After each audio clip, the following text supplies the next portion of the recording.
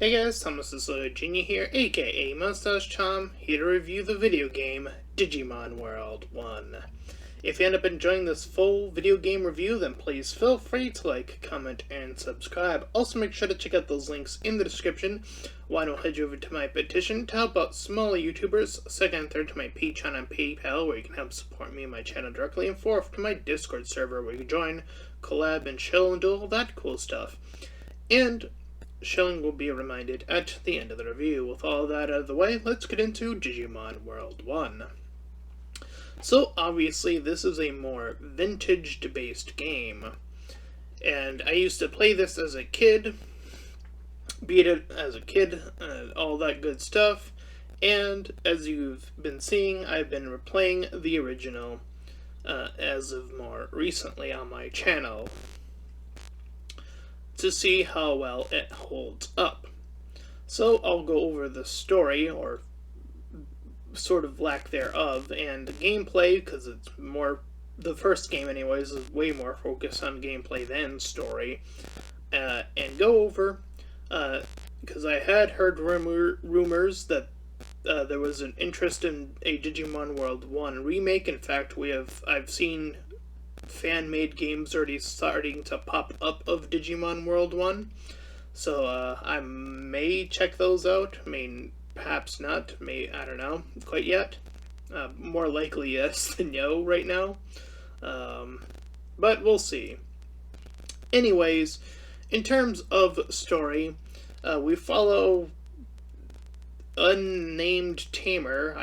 I don't know if they give the tamer in this game a in-universe name or not. I don't remember. I think they, like, if you just press enter, like, for insert your name, I don't know what the name it would be giving you. Anyway, this young kid in a yellow jacket and blue jeans and hat and backpack is isekai'd away into the digital world one day, onto File Island. There, he meets Digimon, who tells him pretty much the gameplay, which is to either beat or meet and acquiesce that other Digimon help build or rebuild File City. File City, as you see it early on in the game, is pretty barren. And as you either, again, beat Digimon through battles, unique Digimon that is, or just come across certain Digimon that require certain other specifications of just like either meeting them or choosing different things, those Digimon will join File City and proceed to help out when you return to said city. As a sort of aside of that plot, of that, or mission as it were, it would also appear that these Digimon have been losing their memory due to some reason, and in defeating them, you sort of knock their memory back into them or whatever. And you sort of progress through the world, and you learn that there have been humans before, and that there was a great sort of battle that has taken place. There's a tiny bit of lore here, so I'm not going to say, like, again, like, the story isn't present, it's just very minimal at most. So yeah, and in the end, you do indeed find out that a human, surprise, surprise, is trying to take over the digital world. And with that, that pretty much essentially is the entire story of Digimon World 1. Again, it isn't the main service, it's sort of mainly just backdrop into gameplay for the most part, with, again, tiny, like, the bare minimum, because this game is old school, because old school games used to barely have story. So I don't think it'd be fair to give, like, a low score, or a score in general for story in this case. Or, you know, meaning if I gave it, like, a 5 out of 10, I'm more so meaning, like, it doesn't really affect anything. It's not invasive or poorly done, I suppose, but it's barely, again, it's just barely there. So that's why I would sort of just insert either, again, sort of like a flat sort of, it's a sort of thing, rather than saying it's like a 0, because clearly there is a story here. It's just, barely a part of what you're taking part in. So we'll move right along into the gameplay. This is where the meat of this review will be taking part in. So for Digimon World 1, the main focus is on caretaking and battling other Digimon and raising your own Digimon in the process.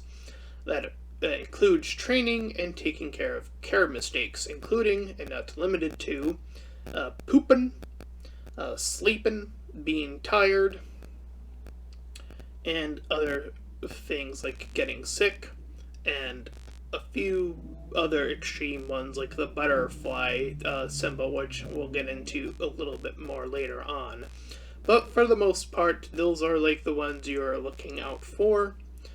All the while, you're training your Digimon to take part in these battles, as I was mentioning before, in a system where when you initially start out, you're very limited in your options of how much you can attack based on the amount of moves you have. Every move costs you a little bit of MP or magic points or whatever you want to refer to them as, or in this context, I guess. Regardless, once you start to accumulate a little bit of money and getting more Digimon to File City, as I was mentioning, the game sort of shifts and gives you a lot more options, from feeding your Digimon better food to other quality of life sort of opportunities, like better food options in general, shop options in general, and so on and so forth, as well as more leisurely activities like the tournament and curling, ice curling, as well as other things that help take care of your Digimon. Like if your Digimon does get sick, there is a care center for that as well.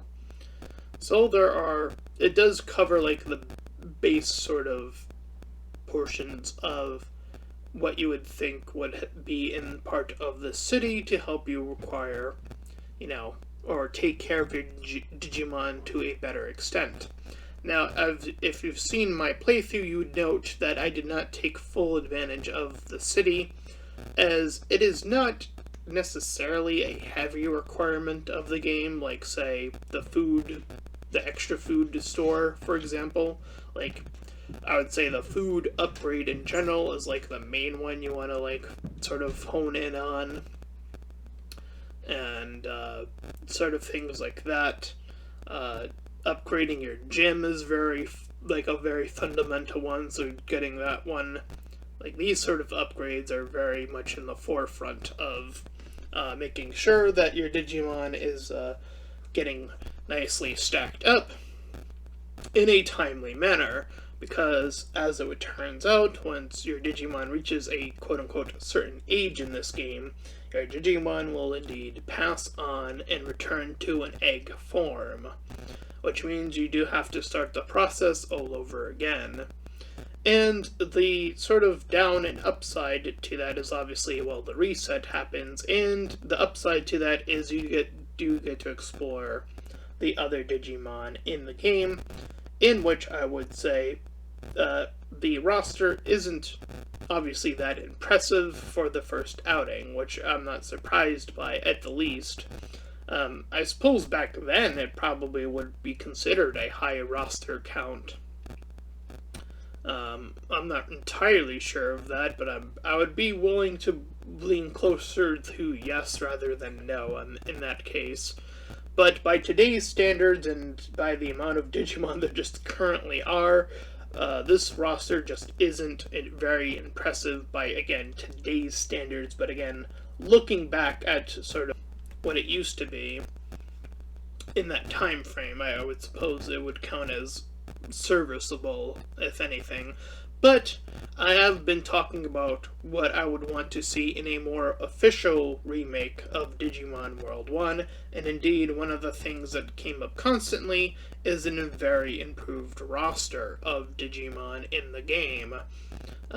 There are a multitude of things that I think this game could definitely improve upon in a sort of remake, like from the ground up sort of fashion, that I do think would highly motivate new players and returning players to, take a liking to Digimon and Digimon World specifically, I suppose. So yeah, and I'll go over those as well. But outside of raising your Digimon, as I mentioned, the lack of care mistakes and sort of neglecting your Digimon will lead your Digimon to get angrier and angrier, and as a progress of that, you will get what is known as a little butterfly, and what that will do is it will lower all of your stats by percentile or whatever it is. So yeah, it punishes you for not taking care of your Digimon. So being on top of the Digimon management is indeed a part of the game. Now, what is interesting is that despite that, there are certain Digimon within this game that are specifically tied to making care mistakes on purpose, almost as if. So the game isn't purely even punishing you for that. I mean, it does, but it also simultaneously rewards the player for it almost simultaneously by granting, access to Nunimon and Sukamon, which are the two quote-unquote poop-related Digimon in the game. And one of those can digivolve into a teddy bear, so that's cute and strong, by the way. So yeah, there's definitely some even upsides to that as well. And I do think that I would like to see a little bit of more of that system in play with a bigger roster of Digimon. Of like, well, you did some care mistakes, you're sort of in between. Maybe you get all these different Digimon, just as an example. Just so that, like, people are playing a little bit differently.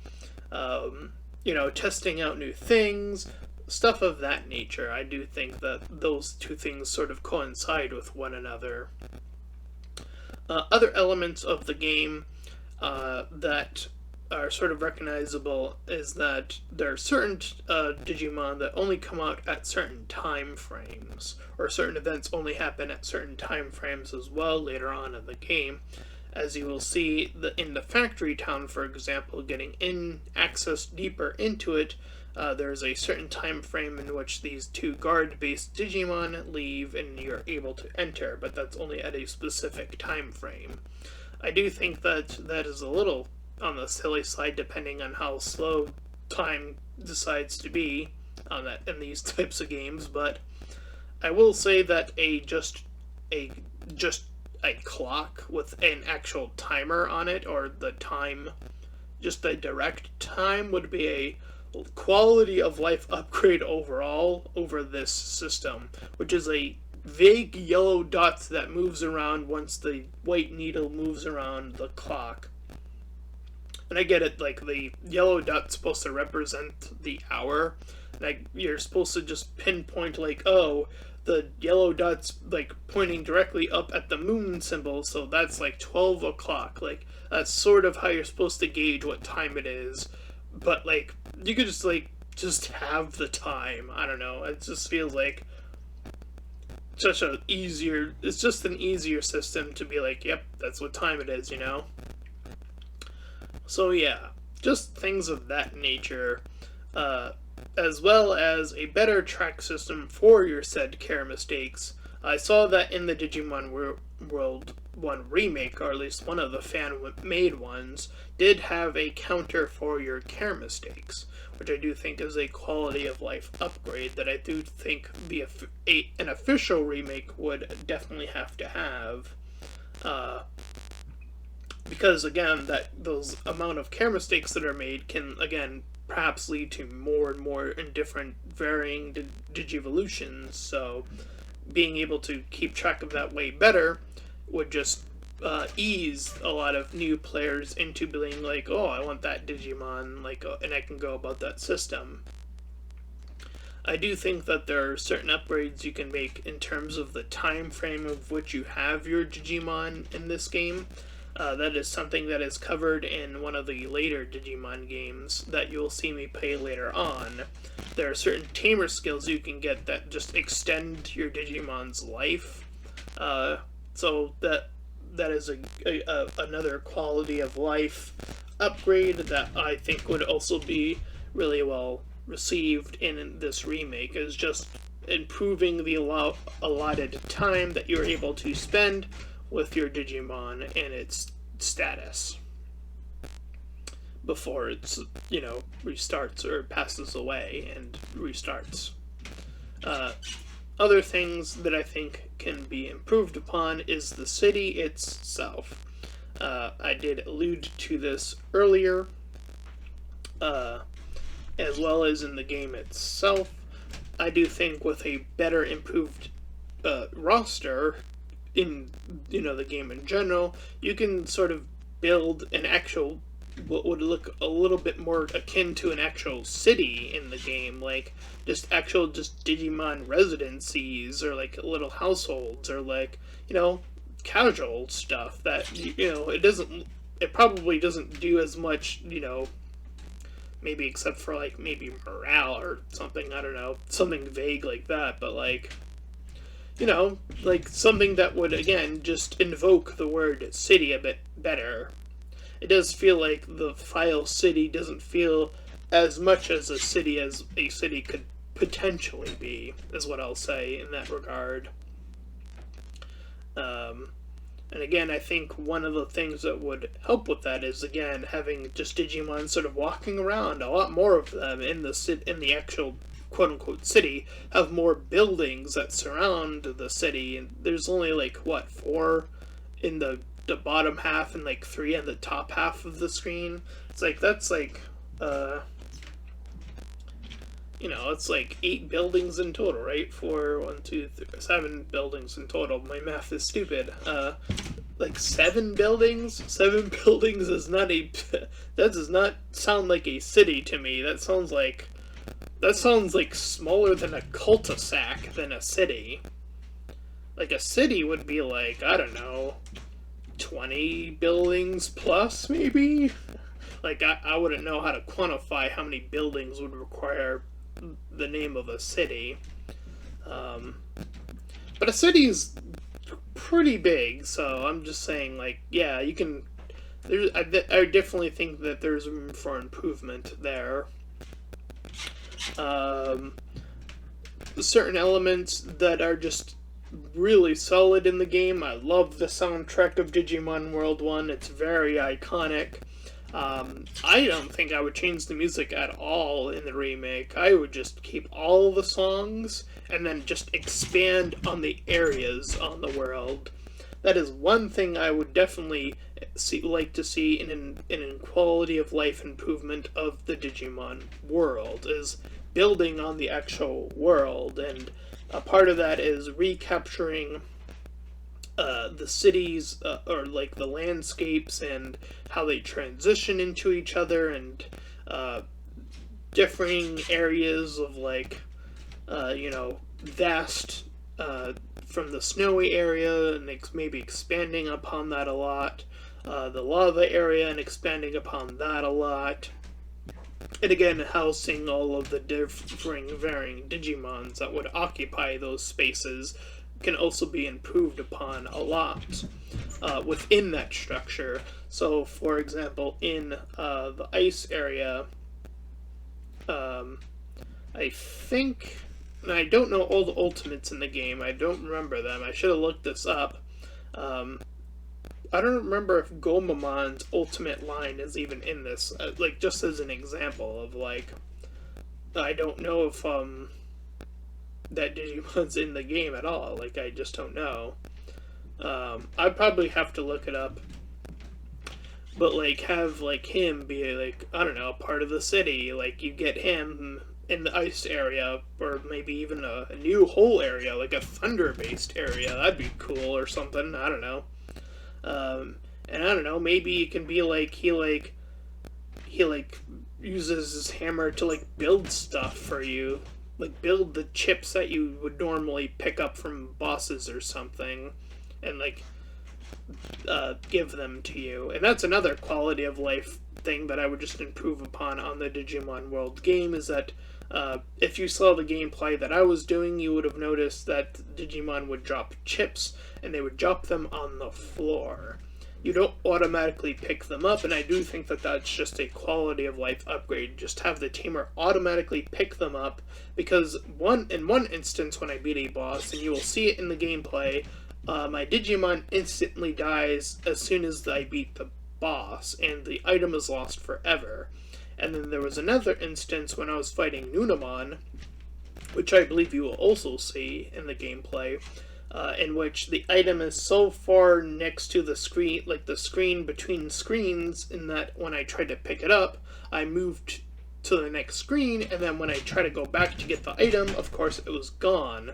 So I do think a quality of life upgrade to avoid those two things from happening would just be to have your tamer automatically pick up items that are left behind from enemies. Definitely a massive upgrade. So yeah, there's that. And yeah, just like having Digimon doing different things of, like, in fact, Gomamon's not even in this game. I mentioned him, and he's a rookie that's not even in this game. Now that I'm thinking about it, he's like, wow, he's not even in the game. That's weird. Because he's like one of the originals, so it's like, huh, he's not even a rookie that's present in Digimon World 1. So yeah, I do think, like, certain lines can be improved upon. Obviously, some of the rookie lines can be massively expanded upon. You have Gomamon, as I just mentioned, and I was, like, thinking about it, like, and I was making his, like, thinking about his line, I'm like, oh yeah, he doesn't even have the rookie form available, so it's like, okay, so you can have him, obviously, and you can include Digimon from, you know, the future sort of parts of the series and just stick them into the remake and just have them viable elsewhere, like Vmon and Gyomon and all those guys that are been introduced in later games, and just have them a part of the Digimon World 1 remake, and just have them, again, just be in different parts of the city once they get there through whatever means that they're going to get there. Whether that be through just battling them or talking to them and convincing them to join. So there's all of that to consider upon just massively rebuilding of the world to facilitate these occupied spaces to be filled and fulfilling. There's all of that. The battling system is pretty standard, I suppose, for an RPG. Once you increase your Digimon's brain by to a minimum of at least 500 at some point, you can unlock the 3 different moves that you can gain access to, and you have to select them to sort of pick which one you're probably going to sort of spam over and over again. You're probably only going to pick one of the moves, whatever one is going to work best, and go about sort of, you know, just clicking on it and whatever. So that's pretty straightforward in terms of the actual battle system. There are certain other, like, defensive things that your Digimon, or you can tell your Digimon to do, that being retreat and stay at a distance, or will straight up just be defensive. Um, and if you're not in a boss battle, you can run. You can just straight out run, and that would also bring you to a previous screen in at least the original. But in a boss battle, running is not an option. So just being well prepared is something to keep in mind. So I do think, like, the opening crawl of, like, how the game is even gonna, like, tell you these things, I do think, like, just being upfront about, like, how boss battles work versus how normal battles work is something you would probably want to tell someone who's newer to the game about, so that way they're not, like, freaking out when, the boss battle music, comes over and they're unable to run and they're, like, wondering why they can't. So just having some sort of system that lets newer players know. I do think that that's a minor quality of life, but again, I do think that for the sake of introducing newer players to the Digimon World series, that is one way of going about doing that in a, friendly, opening way that's like, hey, this is how it actually works. So all of that's good and dandy. And since there is some dialogue and some story, I do think that there is room to improve that aspect as well. And I do think that in building up the city, you can sort of have Digimon having unique interactions with one another. One of the things that is known for, at least in the show version, is that the Digimon can talk. That would be something that would be really neat for the remake, is you can actually hire voice actors and do all that cool stuff, and there's so much more that you can have access to, and I suppose I'm only saying that because I would really love to be a part of a Digimon World remake official thing, in an official capacity, to be like, that's my introduction to voice acting, whether that's, voicing Agumon, or Gobumon, or Tentomon. I do the voices as much as I conceivably can. I don't know if any of those three were good that I was trying to attempt to do, but whatever. Point is like having Digimon interact with one another and actually speaking with one another. I do think that would bring a liveliness to the city that would just expand. Sort of like, oh, you actually just kind of want to wander around the city, a little bit more often, maybe. See what Digimon are, like, talking about casually or whatever. I don't know. Like, there's so many little details and little nuggets of, like, things you could just add into this game, or this sort of kind of remake, and just really pop a whole layer of life into it that's just not present in this game as it is. There's so much potential for it. I really hope that this review will make it to the ears of the people that are either even making the fan-made game, or if there is an official capacity remake in the works behind the scenes somewhere. I hope all of those individuals are paying attention to this review in particular, because I would want those people who are actually working on this thing to incorporate these elements and make Digimon World 1 as a remake the best remake, or one of the better remakes among the better remakes that we've been getting in more recent times here, as of, Resident Evil 4 remake, and I think it was Dead Space that had the other good remake in the horror genre.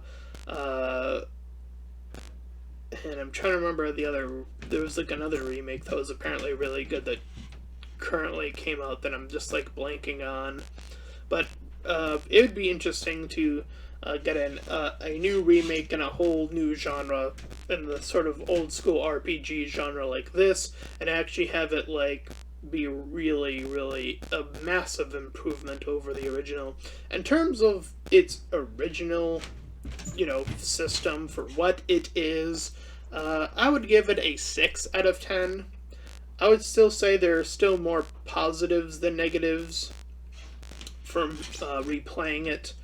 Um, and again, the the stuff that really irritates me is what's having me like bump it down, because I think I would probably give this game like a solid 7 out of 10 normally.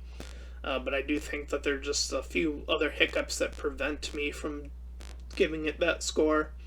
And I do think that a remake would have the potential to rise up into that 7, 8, 9, even 10 level of, just the quality of life things that I have listed out. Would vastly, vastly improve the game, I'm pretty sure. For even new players among, players who've went through this game originally and maybe have come back to it more and more recently, maybe like I have. I think all of those different player types would really have something to bite on for a real attempt at a Digimon World remake, and have it provide all of these quality of life options. But that is my review of Digimon World 1, and surprise, surprise, or lack thereof, Digimon World 2 will be coming up next in terms of Let's Play stuff. So look forward to that. There's a whole different system in Digimon World 2, so I'll be talking about how that's completely different in that regard. And if I can, from what I remember from Digimon World 2, I think there's a little bit more story. There's definitely a lot more dialogue, from what I can think to remember from that game. So I'll definitely be checking that out right after. So look forward to that if you've made it this far. And if you liked this review, then please feel free to like, comment, and subscribe. Also, make sure to check out those links in the description. One will head you over to my petition to help out smaller YouTubers. Second and third to my Patreon and PayPal, where you can help support me and my channel directly. And fourth to my Discord server, where you can join, collab, and do all that cool stuff. Excuse me. And until next time, everyone, bye-bye!